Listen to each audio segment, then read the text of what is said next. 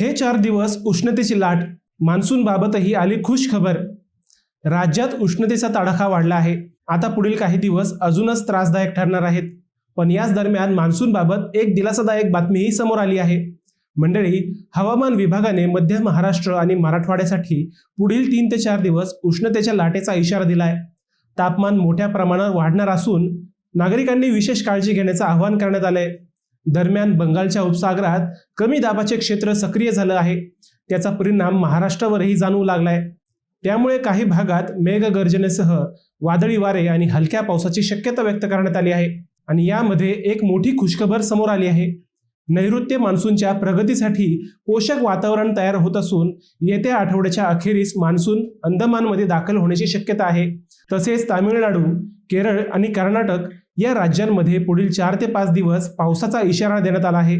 म्हणजेच मान्सून हळूहळू पुढे सरकत असल्याचे संकेत मिळत आहे।